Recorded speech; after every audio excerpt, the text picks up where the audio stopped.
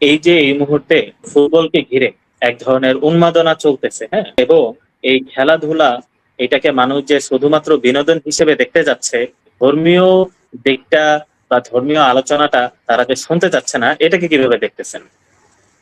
আচ্ছা, প্রথমে যেটা বলেছেন যে খেলাধুলা নিয়ে উন্মাদনাটাকে কিভাবে দেখছি, এটা তো আসলে একজন সচেতন মানুষ হিসেবে আসলে এটাকে সমর্থন করার সুযোগ নেই। যে খেলাধুলা যদি স্রেফ বিনোদন হয়, তো সেটা তো একটা ব্যক্তিগত পরিসরে বিনোদনের জায়গায় থাকবে, সেটা তো সামগ্রিকভাবে উন্মাদনার পর্যায়ে যাবে না। আমার বিনোদন অন্য কাউকে হ্যাম্পার করবে না, কাউকে কোনো প্রবলেমে ফেলবে না। কিন্তু সেটা যখন ব্যক্তিগত পরিসরটাকে উঠে গিয়ে যখন এটা অন্য কাউকে হার্ম করছে, তখন তো আর সেটা স্রেফ বিনোদন থাকছে না। আর দ্বিতীয়ত যেটা বললেন যে ধর্মীয় দৃষ্টিকোণ থেকে তারা কিছু শুনতে চাচ্ছে না, এটা তো একটা কমন বিষয়। যখন এই ধরনের কোনো কিছু সামনে আসে, তখন ইসলামের আঙ্গিকে এটার দিক নির্দেশনা দিতে গেলেই তাদের পক্ষ থেকে যে কমন কথাটা আসে, সেটা হচ্ছে এটার মধ্যে ধর্ম টেনে আনবেন না, অ্যাজ ইউজুয়াল খেলাধুলার মধ্যে ধর্ম টেনে আনবেন না। এই হুম। কথাটাই হচ্ছে একটা, মানে আমি যদি খুব সহজ ভাষায় কিংবা হচ্ছে শালীন ভাষায় বলি, এটা হচ্ছে একটা জাহালতপূর্ণ কথা, একটা অজ্ঞতাপূর্ণ কথা। খেলাধুলার মধ্যে ধর্ম টেনে আনার যে বিষয়টা, খেলাধুলার মধ্যে যদি অন্য কোনো ধর্মের কথা বলা হয়, যে ধর্মগুলো রিচুয়াল বেসড, আচার সর্বস্ব কিছু ধর্ম, তাদের কথা বললে হয়তোবা ঠিক আছে। But when you talking about Islam, ইসলাম তো আসলে শুধুমাত্র আচার সর্বোচ্চ কোনো ধর্ম না। ইসলাম একটা কমপ্লিট কোড অফ লাইফ। এখানে একটা মানুষ সে তার ওয়াইফের সাথে পার্সোনাল টাইম স্পেন্ড করবে, একান্ত ব্যক্তিগত সময় কাটাবে, সেখানে কি করবে না করবে, কি করতে পারবে না পারবে, এ বিষয়ে সুনির্দিষ্ট দিক নির্দেশনা যে ধর্ম দিয়েছে, যে দিন দিয়েছে। একটা মানুষ কিভাবে পরিষ্কার পরিচ্ছন্ন হবে, সেই ব্যক্তিগত মুহূর্তের দিক নির্দেশনা থেকে শুরু করে একদম রাষ্ট্রীয় জীবন পর্যন্ত, রাজনৈতিক জীবন পর্যন্ত একজন মানুষ কিভাবে করবে, হ্যাঁ, একটা দেশ কিভাবে চলবে, এই টোটাল জিনিসগুলো যেই দিন, যেই জীবন ব্যবস্থা আপনাকে গাইড করছে, আপনাকে ইনস্ট্রাকশন দিচ্ছে, সে কি আপনার বিনোদনের ব্যাপারে ইনস্ট্রাকশন দেবে না যে আপনি কোনটা করতে পারবেন, কোনটা করতে পারবেন না, কোনটা করা আপনার উচিত, কোনটা করা অনুচিত? তো সুতরাং কেউ যখন বলবে যে এটার মধ্যে ধর্ম টেনে আনবেন না, তো সে আসলে না ধর্ম বুঝেছে না বিনোদন বুঝেছে। তো এটার ব্যাপারে তো আসলে আর কিছু বলার নাই, যার জায়গা থেকে বলতে হবে, এরপর না শুনলে তো আসলে কিছু করার নেই। সেই ক্ষেত্রে আমার একটা প্রশ্ন, যে এই যে চিরাচরিত যে পশ্চিমা খেলার মাধ্যমগুলো আমাদেরকে রিপ্রেজেন্ট করতেছে, এইটার সাথে ইসলামের মূলত সাংঘর্ষিকতাটা কোথায়? ইসলাম অ্যাকচুয়ালি খেলাটাকে কিভাবে দেখে? ইসলাম আসলে, সেটা তো আমি শুরুতেই আপনাকে বললাম যে বিনোদনের জায়গাটা ইসলামে আছে, তবে সেই বিনোদনের জায়গাটা হতে হবে যে অন্য কাউকে ক্ষতি করবে না, এবং আমার বিনোদনটা আমার জরুরি কোনো কাজে, যেমন ধরেন জায়েজ যে সমস্ত কাজ আছে, সেটা নট অনলি বিনোদন, যে কোনো কিছু হতে পারে, সেই কাজটা যদি আমার কোনো ফরজ কাজে হ্যাম্পার করে, তাহলে সেটা তখন জায়েজ থাকে না। সহজ ভাষায় যদি বলি, যে ধরেন একটা বৈধ কাজ, সেই বৈধ কাজটা করতে গিয়ে যদি আমার কোনো অবৈধ কিংবা হারাম কোনো কাজে নিমজ্জিত হয়ে যাওয়ার আশঙ্কা তৈরি হয়, তাহলে ওলামাই কেরাম বা ফুকাহাই কেরাম সেটাকে ওই হারামে প্রবেশ করার একটা দরজা হিসেবে আগেই সেটাকে নিষিদ্ধ করে দেন। তো ওই হিসেবে দেখা যায় যে এই খেলা নিয়ে উন্মাদনা বা বিশ্বকাপ ফুটবল বা যাই বলি না কেন, এগুলো নিয়ে উন্মাদনার কারণে একটা মানুষের অনেক রকমের সমস্যা হয়। যেমন ধরেন নামাজের সমস্যা হয়। এখন কেউ হয়তো বলবে যে নামাজের ওয়াক্ত হলে আমি নামাজটা পড়ে নিচ্ছি ঠিক মতো, কিন্তু দেখা যাচ্ছে যে সে খেলা রেখে এসে নামাজে যে বসবে, তো তখন তার মনটা ওখানে পড়ে থাকবে, সে তাড়াহুড়া করে নামাজ শেষ করবে। তো এইটা তো তখন তার জন্য তার ফরজ কাজটায় ব্যাঘাত ঘটাচ্ছে। এরপরে আপনি দেখে থাকবেন, হয়তো ফেসবুকে দেখেছেন, অনেকেই দুঃখ প্রকাশ করছে যে হসপিটালে ভর্তি আছে, সেই হসপিটালের মধ্যে পর্যন্ত এই খেলা দেখার যে একটা উৎসব মুখর পরিবেশ, এই উৎসব মুখর পরিবেশের কারণে অসুস্থ রোগীদের সমস্যা হচ্ছে, হই হুল্লোড়, চিল্লাপাল্লা, আর গোল হলে যে সাউন্ড পলিউশন, বাজি, পটকা, এগুলো তো আসলে একটা মানুষের, সাধারণ মানুষের সুস্থ জনজীবনের জন্য একটা ক্ষতিকর একটা বিষয়। ইসলাম যেটা বলে সেটা হচ্ছে যে একজন মানুষ বিনোদনের জন্য বৈধ যে কোনো উপায় অবলম্বন করতে পারে। আর খেলাধুলার ক্ষেত্রে ইসলামের বক্তব্য হচ্ছে, ইসলাম ওই সমস্ত খেলাধুলাকে এনকারেজ করে যেগুলোতে শরীর চর্চা হয়, যেগুলোতে শরীর এবং মনের সব দিক থেকে, উভয় দিক থেকেই মানুষ উপকৃত হয়, এগুলোকে ইসলাম হচ্ছে উৎসাহিত করে। আর বাকি সাধারণ খেলা দেখা কিংবা অন্য যে বিষয়গুলোর কথা বলি, সেটা হচ্ছে সাধারণ অবস্থায় মুবাহ। বৈধ, যতক্ষণ না পর্যন্ত সেটার মধ্যে কোনো হারাম ইনক্লুড হচ্ছে। কিন্তু আমাদের আলোচ্য যে খেলাধুলা, এটার মধ্যে তো অনেকগুলো হারাম ইনক্লুড হচ্ছে। এটার মধ্যে বেটিং, বিভিন্ন সাইট আছে, এটার মাধ্যমে জুয়া হয়, সেই স্ক্রিনে যে বেগানা নারীদেরকে তার দেখতে হচ্ছে, এটা তো যে কারোর জন্যই হারাম। এই সমস্ত হারামগুলো থেকে যদি কেউ বেঁচে থেকে খেলা দেখতে পারে, এটা হয়তো তার জন্য আর হারাম হবে না। কারণ স্কলাররাও, এটা হয়তো আপনিও জানেন, যে স্কলাররাও সামগ্রিকভাবে ইন জেনারেলি বিষয়টাকে হারাম বলেননি, কিন্তু এটার মধ্যে যখন অন্যান্য হারামগুলো ইনক্লুড হয় তখন আর বিষয়টা হালাল থাকে না। আচ্ছা, এখানে একটা ব্যাপার আপনি তো বললেন যে যারা অ্যাকচুয়ালি দিন প্র্যাকটিসিং হয় বা ইসলামকে পরিপূর্ণভাবে মেনে চলে, তাদের নামাজ নষ্ট হওয়ার ব্যাপার বা গাফেল হওয়ার ব্যাপার এবং অন্যান্য পারিপার্শ্বিক যে অবস্থার কথা বললেন যে মানুষের ক্ষতি হয়, এখানে এরকম কিছু এখানে আরেকটা পয়েন্ট, গুরুত্বপূর্ণ একটা পয়েন্ট আমি মিস করেছি। সেটা হ্যাঁ, হচ্ছে যে যারা এই খেলাধুলা গুলোতে মজে থাকে, তারা কিন্তু নট অনলি ওয়ার্ল্ড কাপের সময় মজে থাকে, উন্মাদ হয়, বিষয়টা এমন না। তাদের মধ্যে বড় একটা অংশ সারা বছর যে বিভিন্ন ক্লাবের খেলাগুলো হয়, এগুলো নিয়েও তারা সারা বছর পড়ে থাকে। তো একটা একটা ছেলে, একটা টিনেজার, আন্ডার টিনেজ একটা ছেলে ছোটবেলা থেকে যখন ওদেরকে আইডল হিসেবে মেনে বড় হয়, তো ওদের যে মূল্যবোধ, ওদের যে লাইফস্টাইল, এইগুলোকে সে ফলো করার চেষ্টা করে। ওদের মতন হেয়ার কাটিং দিবে, ওদের মতন গেঞ্জি পরবে, ওদের মতন প্যান্ট পরবে। হ্যাঁ, এইটা তো একটা মানুষ, একজন এই তৃতীয় বিশ্বের দেশে থেকে একটা একটা ছেলে যদি ওদেরকে আইডল মেনে বড় হয়, তো তো তার জন্য তো সামনের লাইফে সে তো ভালো কোনো আইডলকে মেনে তার জীবনটাকে গড়ে তুলছে না। তো এটা এটা নিয়ে তো সে সামনে একটা ভোগান্তিতে পড়বে। কারণ সে তো মানে ওদের মতো তো দূরের কথা, সে তো বাংলাদেশের জাতীয় দলে খেলারই চান্স পাবে না।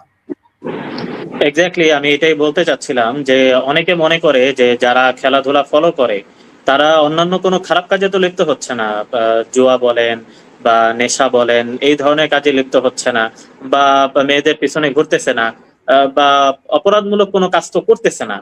তাহলেও এরপরেও কেন ইসলাম বলে যে এই ধরনের অ্যাক্টিভিটি ফলো করা উচিত না? অ্যাকচুয়ালি এই যে বিরাট আয়োজন পশ্চিমাদের, আমাদের ইউথ আইকনকে যেভাবে নষ্ট করা হচ্ছে, তাদেরকে যেমন করে হচ্ছে আইডল দেওয়া হচ্ছে, এই ফুটবলারদেরকে তাদের মতো আমরা হেয়ার স্টাইল করতেছি, তাদের মতো চলার চেষ্টা করতেছি, এইটার মধ্যে কি অ্যাকচুয়ালি ইসলামকে নষ্ট করার বা ইসলামী চিন্তা চেতনা নষ্ট করার মতো কোনো কিছু আছে বলে মনে করেন? একটু যদি খুলে অবশ্যই, বলতেন। অবশ্যই আছে, অবশ্যই আছে। সেটা হচ্ছে যে একজন মানুষের, আমরা তো জানি যে কুরআন কারিমে আল্লাহ সুবহানাহু ওয়া তাআলা বলেছেন যে লাকাদ কানা লাকুম ফি রাসূলিল্লাহি উসওয়াতুন হাসানা, যে রসুলের মধ্যে তোমাদের জন্য উত্তম আদর্শ আছে। এটার ব্যাখ্যায় সমস্ত তাফসীরকারগণ ভাষায় কিছুটা ব্যতিক্রম থাকতে পারে, কিন্তু সবাই এইরকমই বলেছেন যে একটা মানুষের ব্যক্তি জীবন থেকে নিয়ে রাষ্ট্রীয় জীবন পর্যন্ত একটা মানুষের যত রকম আদর্শ দরকার হতে পারে, তার সবকিছু রাসূল সাল্লাল্লাহু আলাইহি সাল্লামের জীবনের মধ্যে আছে। তো এখন একজন মুসলিম তার জীবনের প্রত্যেকটা ক্ষেত্রে, সে যদি শিক্ষার্থী হয়, সে যদি কর্মজীবী হয়, সে যদি ভাই হয়, সে যদি সন্তান হয়, সে যদি স্বামী হয়, সে যদি পরিবারের আহ কর্তা হয়, প্রত্যেকটা ক্ষেত্রে তার আদর্শ আছে রাসূল সাল্লাল্লাহু আলাইহি সাল্লামের জীবনে। সে কিভাবে কি করবে, প্রত্যেকটা জিনিসের ইনস্ট্রাকশন আছে রাসূল সাল্লাল্লাহু আলাইহি সাল্লামের জীবনে। এখন সে যদি এখন সেটা বাদ দিয়ে বা সেটার ব্যাপারে কোনো ধরনের সে জ্ঞানই রাখলো না, আর সে হচ্ছে একজন খেলোয়াড়, যেই খেলোয়াড়ের ওই খেলাটা ছাড়া হয়তো কেউ কেউ ভিন্ন যোগ্যতা থাকতে পারে, অন্য প্রতিভা থাকতে পারে, কিন্তু ম্যাক্সিমাম ক্ষেত্রে খেলোয়াড় যারা, তাদের কিন্তু ইন্টেলেকচুয়াল কোয়ালিটির ব্যাপারে মানুষ কিছুই জানে না। তাদের শুধু ওই খেলার যোগ্যতাটাই মানুষ জানে। তো তাদের এখন একজন মানুষ, সুস্থ স্বাভাবিক একজন মানুষ, তার তো তার তো শুধুমাত্র এই বিনোদনটাই তো তার জীবন না, তার জীবনে আরো অনেক পার্ট আছে। তো সেই পার্টগুলোর ক্ষেত্রে সে যদি ইন্টেলেকচুয়াল কোয়ালিটি ফুল কাউকে অনুসরণ না করে একজন খেলোয়াড়কে অনুসরণ করে, যেই খেলোয়াড়ের মধ্যে কতটুকু বুদ্ধিবৃত্তিক যোগ্যতা আছে, কতটুকু নৈতিক যোগ্যতা আছে, কতটুকু আদর্শিক অবস্থান আছে, এটা সে জানে না। যেমন অ্যাজ এক্সাম্পল আমরা যদি বলি, জনপ্রিয় অনেক বিশ্ববিখ্যাত খেলোয়াড় আছে যারা হয়তো বিয়ে করেছে 2-3টা বাচ্চা হওয়ার পরে, তো তাদের ধর্ম অনুযায়ীও কিন্তু ওইগুলো হারাম সন্তান। ইসলামিক পার্সপেক্টিভ থেকে আমি বলছি না, ওই সন্তানগুলো তাদের ধর্ম অনুযায়ীও ওটা হারাম সন্তান। তো এই লাইফস্টাইল একজন মুসলিম যখন দেখছে, সে হয়তো ওইটা আমল করছে না, কিন্তু এই নিকৃষ্ট বিষয়টা তার কাছে তখন স্বাভাবিক মনে হতে থাকবে যে এটাও হতে পারে, এটাও ঠিক আছে। তো এবং এইভাবে ছোট একটা মানুষের বাচ্চারাও যারা নৈতিক বড় দক্ষতায় হচ্ছে তারা এটাকে নর্মালাইজ করতেছে এবং রাইট, তারা রাইট। এটাকে মনে করতেছে যে আমার লাইফও এরকম হওয়া উচিত। সে যদি ইসলামিক সাইট গুলো না পায়, সেক্ষেত্রে ওইগুলো দেখার মাধ্যমে সে ওইরকম করে বড় হতে চাওয়ার আগ্রহ তৈরি করে, তাই না? রাইট। এক্স্যাক্টলি। আচ্ছা, এইখানে আরো একটা প্রশ্ন যেটা করতে চাচ্ছিলাম যে আহ, সেই দিক থেকে বিবেচনা করলে যুব সমাজকে যে এই ধরনের খেলাধুলা বা বিনোদন এবং হচ্ছে উন্মাদনার দিকে যে ঠেলে দেওয়া হচ্ছে, এইটার মূল কারণ বা ইতিহাস কি, উদ্দেশ্যটা কি? এটার উদ্দেশ্য যদি আমরা যাই, এটার উদ্দেশ্যের পিছনে মানে ওই যে বলতে গেলে হয়তো অনেকটা মনে হবে যে গ্রামে গঞ্জের ওয়াজ মাহফিলে যে কমনলি কিছু হলেই সবকিছুতে ইহুদি খ্রিস্টানদের ষড়যন্ত্রের গন্ধ খুঁজে পাওয়ার যে ওয়াজ গুলো শোনা যায়, এবং এটা নিয়ে দেখা যাবে যে একটু শহুরে এলিট শ্রেণীর মধ্যে এটা নিয়ে ট্রল হাসাহাসিও হয়, আপনিও হয়তো দেখেছেন। তো কিছুটা হুম, বলতে গেলে সেরকম শোনালেও এটার অতীত ইতিহাস যদি আপনি খুঁজতে যান, তো এখানেও এরকমের একটা ব্যাপারই আপনি খুঁজে পাবেন। একদম শুরুটা যদি আমরা আলোচনা করি, এই ব্রিটিশ এম্পায়ার কর্তৃক এটা হচ্ছে মানে কি বলে ওটাকে লঞ্চ হয়েছে বিশ্বে। এর আগে খেলা ছিল বিভিন্ন দেশে, ইউরোপের বিভিন্ন জায়গায় খেলাধুলার ছিল, আয়োজন ছিল, সার্কাস বা অন্যান্য যে বিনোদনের মাধ্যমে এগুলো ছিল। কিন্তু আজকের যে আধুনিক বিশ্বকাপের যে একটা রূপ, এই রূপটার প্রাথমিক অবস্থাটা ছিল ব্রিটিশ এম্পায়ার কর্তৃক লঞ্চ করা একটা ব্যাপার। তারা যখন বিশ্বের বিভিন্ন জায়গায় 19 শতকের শেষের দিকে বিভিন্ন জায়গা থেকে তাদের উপনিবেশগুলো থেকে যখন বিদ্রোহের গন্ধ পাওয়া শুরু করলো বা এই ধরনের কিছু একটা যে প্রতিবাদী মানুষজন তৈরি হতে পারে এরকমের যখন একটা সম্ভাবনা দেখলো, ডিভাইড অ্যান্ড রুল তাদের যে একটা কমন পলিসি, সেই পলিসির মধ্যেই পড়ে এটা যে এই অঞ্চলের যুবকদেরকে, তরুণ সমাজকে খেলাধুলা বা বিনোদনের নামে এমন কিছুর মধ্যে ব্যস্ত রাখতে হবে যেটা, এবং আপনি দেখেন ফুটবলের ইতিহাস, আপনি দেখেন এটা কিন্তু এই যে আধুনিক নিয়ম কানুন, এটা কিন্তু 19 শতকের শেষের দিকেই মূলত ব্রিটিশ এম্পায়ার কর্তৃক একটা লঞ্চ করা একটা ব্যাপার। তো তারা এটা করেছে যুব সমাজ যাতে করে রাজনীতি সচেতন না হতে পারে, তারা যাতে করে এটার মধ্যে নিমজ্জিত থাকতে পারে। এখন প্রশ্ন আসতে পারে যে তাহলে এই কনসেপ্টটা তারা কোথায় পেল?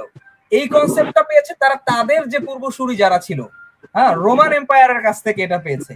রোমান এম্পায়ারের একটা এটা তাদের একটা আপনি এটা গুগলে সার্চ দিলেও পাবেন যে ব্রেড অ্যান্ড সার্কাস পলিসি। হ্যাঁ, ব্রেড অ্যান্ড সার্কাস পলিসি এটা কিরকম?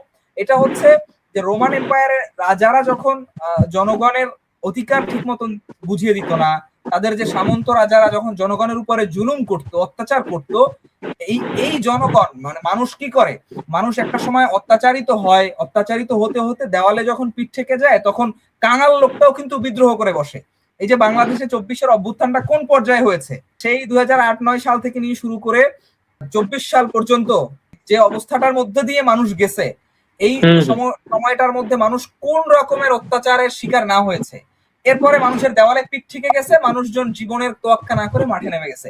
তো দেখা যাচ্ছে এই জন্য তো তারা রোমান এম্পায়ার যেটা করতো, মানুষকে ওই যে বিশাল বড় আপনি দেখবেন গ্যালারির মতন, এখন আজকের যে ফুটবল গ্যালারি, এই গ্যালারির প্রাচীন ভার্সন কিন্তু আছে রোমান এম্পায়ার, ইতালিতে আছে, আরো বিভিন্ন দেশে আছে।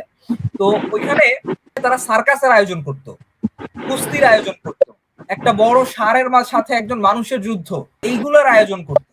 তো এই আয়োজন করে মানুষজনকে এই বিনোদনের মধ্যে তারা ডুবিয়ে রাখতো।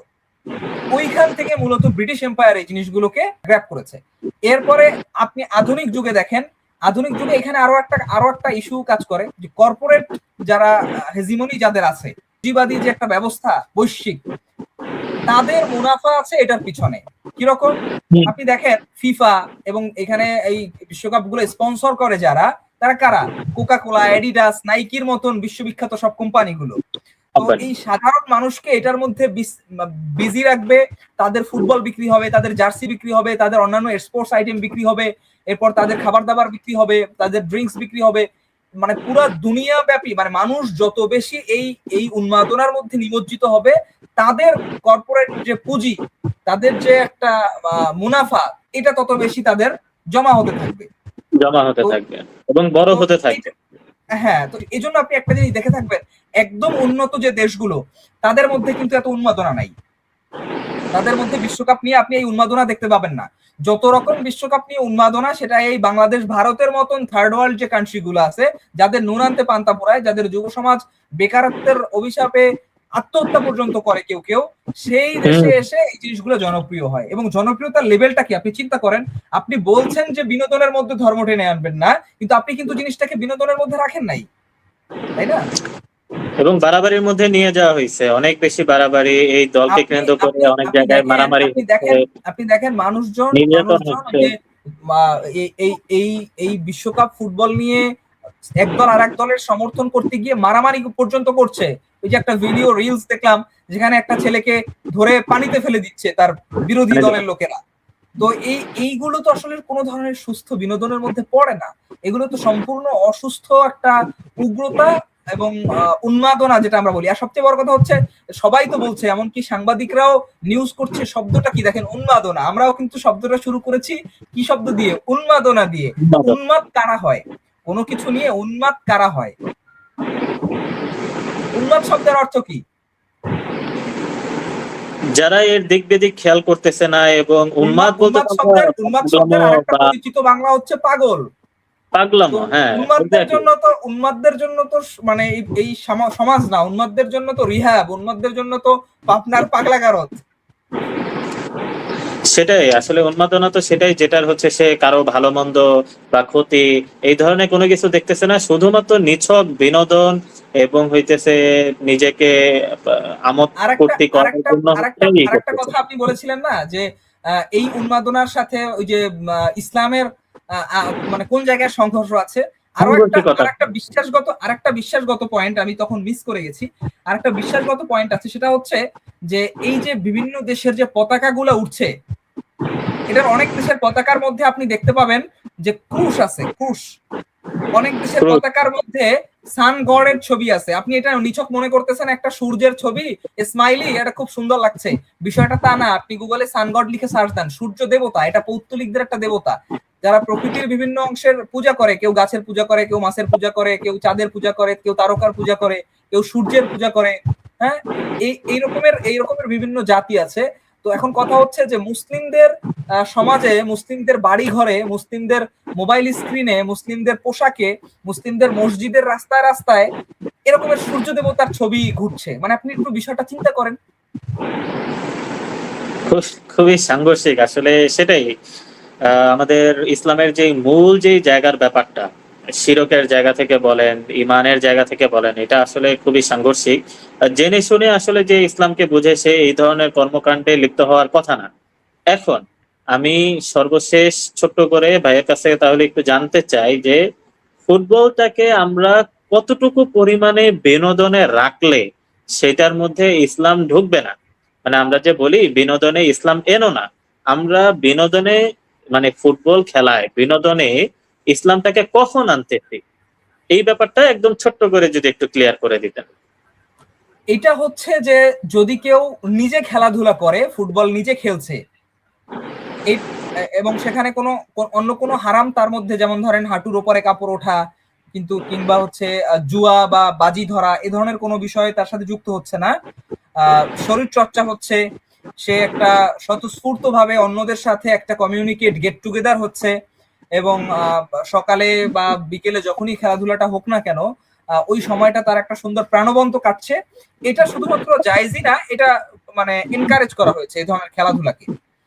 আর যদি সেটা না হয়, যারা খেলছে না বাট দেখছে, বিনোদনের জন্য দেখছে, খেলাটা দেখতে তার ভাল লাগছে, এটা ততক্ষণ পর্যন্ত বৈধ থাকবে যতক্ষণ পর্যন্ত এটার সাথে অন্য কোনো হারাম ইনক্লুড হবে না। সেটা বেগানা নারী হতে পারে, হাঁটুর উপর কাপড় ওঠা হতে পারে, কিংবা বাজি ধরা হতে পারে, এটসেট্রা, এনি কাইন্ড অফ হারাম কোনো বিষয় যদি এটার সাথে যুক্ত না হয়, তাহলে সেক্ষেত্রে ওই যে আপনি বলছেন যে ইসলাম আসবে না, সেক্ষেত্রে ইসলাম আসবে না বলতে কি, সেক্ষেত্রে ইসলাম তার হারামের নিষেধাজ্ঞা নিয়ে আসবে না, ইসলাম সেক্ষেত্রে বৈধতার কথা বলবে যে হ্যাঁ এটা বৈধ। বাকি এরপরেও আর একটা বিষয় হচ্ছে যে আরো একটা বিষয় আছে, সময়ের অপচয়। এটাও কিন্তু ইসলামের একটা গুরুত্বপূর্ণ কনসার্নের জায়গা, যে আপনি বিনোদনের নামে যদি সময়ের অপচয় করেন, তো ওইটা আসলে তখন বৈধ হলেও ওই বিষয়টা আসলে মুসলিমের শানের সাথে যায় না, তাকওয়ার সাথে যায় না। বুঝতে পেরেছি, বুঝতে পেরেছি।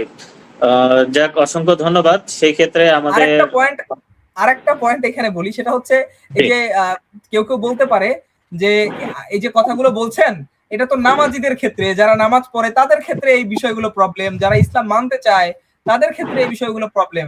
এখন যে মুসলমান নামাজই পড়ে না, যে তার তো আসলে নামাজ ছুটে গেল কি গেল না, তার আসলে ওই মানে সময়ের অপচয় হলো কি হলো না, এইটা তো আসলে তার জন্য বড় একটা কনসার্ন না, তাই না? এরকম কথা বলতে পারে কেউ, বা এরকম প্রশ্ন আসতে পারে। তো সেই ক্ষেত্রে হচ্ছে আমি বলবো যে যে নামাজই পড়ে না, তার তো আসলে ইসলাম এটা হারাম বললো কি বললো না, এটা নিয়ে তার তো কনসার্ন হওয়ার দরকার নাই। হ্যাঁ, ইউ হ্যাভ টু কনসার্ন যে তোমার ইমান আছে কিনা। তুমি গিয়ে কোনো আলেম বা মুফতির কাছে এটা জিজ্ঞেস করো যে আমার ইমান আছে কিনা, আমি আল্লাহর জিম্মায় মুসলিম হিসেবে আছি কিনা। তুমি এই খেলাধুলার ব্যাপারে ইসলাম কি বলে এটা তুমি জেনে কি করবা? তুমি আগে জানো যে তুমি যে নামাজ পড়তেছো না লাগাতার এবং এটাকে তুমি কোনো অপরাধও মনে করছো না, তোমার ইমান আছে কিনা এটা আগে জানো। হ্যাঁ, সেটা তো যেন আছেই, এবং এর পাশাপাশি অনেকে এরকমও আছে যে সে তার ইমান নিয়েও কনসার্ন না। হ্যাঁ, তার ইমান আছে কিনা না আছে, সে নামাজ পড়তেছে না, বা ইসলাম কোনটাকে বারণ করছে বা ইসলাম কোনটাকে সমর্থন করছে এগুলা নিয়ে যে সতর্ক না, তার ক্ষেত্রেও তো একটা ব্যাপার থাকে যে সে তার দুনিয়াবি দিক থেকেও যদি চিন্তা করে, তার সময় নষ্ট করতেছে, সে নিজের পরিবারের দিকে সময় দিচ্ছে না, তার নিজের ফিউচারের কথা চিন্তা করতেছে না, শুধুমাত্র আহ অহেতুক সময় নষ্ট করে যাচ্ছে, এবং এমন কিছু মানুষের জন্য পাগলামো করতেছে যারা হয়তোবা তাদেরকে চিনেও না, এবং তার কোনো ফায়দাই আসবে না, না আখিরাতে না দুনিয়াতে, তাই না? ঠিক। যাক, অসংখ্য ধন্যবাদ। যাওয়ার আগে, শেষ করার আগে, আমাদের দেশের বা দেশের বাইরের যারাই আহ আমরা তো বাংলা ভাষাভাষী, তো জি। যারা আমাদের ভাষা বোঝে তাদের জন্য, ফুটবল প্রেমীদের জন্য শেষ সতর্কতামূলক বা উপদেশমূলক ছোট্ট করে যদি কিছু বলার থাকে। তাদের জন্য আসলে আমার সংক্ষেপে যদি কিছু বলি, আমাদের এই আলোচনার মধ্যে অলরেডি উঠে এসেছে, সেটা হচ্ছে যে ভাই, জীবন কিন্তু আসলে একটাই। এই জীবনটা আল্লাহ তাআলা বিনোদনের জন্য দেন নাই। বিনোদন হতে পারে যে জীবনের একঘেয়েমি দূর করা, ক্লান্তি দূর করা, এগুলোর জন্য একটা ছোট্ট মাধ্যম হতে পারে বিনোদন, বিনোদনের জন্য জীবন না। তো আরেকটা সবচেয়ে বড় কথা হচ্ছে যে তুমি ব্যক্তিগতভাবে গুনাহ করলে সেটা আল্লাহ তাআলা চাইলে তোমাকে মাফ করতে পারেন, কিন্তু যখন তুমি অন্য কোনো মানুষের কষ্টের কারণ হবে, তখন ওই মানুষটা মাফ না করা পর্যন্ত আল্লাহ তাআলা তোমাকে কখনো মাফ করবেন না। মাফ করবেন। আর তুমি যে জিনিসটাতে উন্মাদ হয়ে মনে করছো যে এটাই জীবনের, এটাই পশনেস, এটাই তোমার হচ্ছে স্টাইল, হ্যাঁ, তো এটা আসলে তোমাকে বোকা বানাচ্ছে। পুরা কর্পোরেট জগৎটা, ওয়ার্ল্ড ওয়াইড যে পুঁজিবাদী যে একটা শক্তি, তারা তোমাকে ব্যবহার করে, তোমার আবেগকে ব্যবহার করে তারা মুনাফা কামাচ্ছে, আর তুমি গ্যালারিতে বসে বড় জোর ওই পপকর্নই খাচ্ছ। এর বাইরে তোমার এই খেলাধুলা, এই বিনোদন, এই উন্মাদনা, এটা তোমার জীবনে কোনো কাজে আসবে না। আফটার 10 to 15 ইয়ার্স, যখন তুমি জীবনের বাস্তবতায় আসবে, যখন তোমার ঘাড়ে তোমার পরিবারের দায়িত্ব আসবে, তোমার ক্যারিয়ার নিয়ে যখন তোমার ফোকাসড হতে হবে, তখন তুমি দেখবে যে তোমার এই বিনোদনগুলো আসলে তোমার কোনোই কাজে আসেনি। এক্স্যাক্টলি।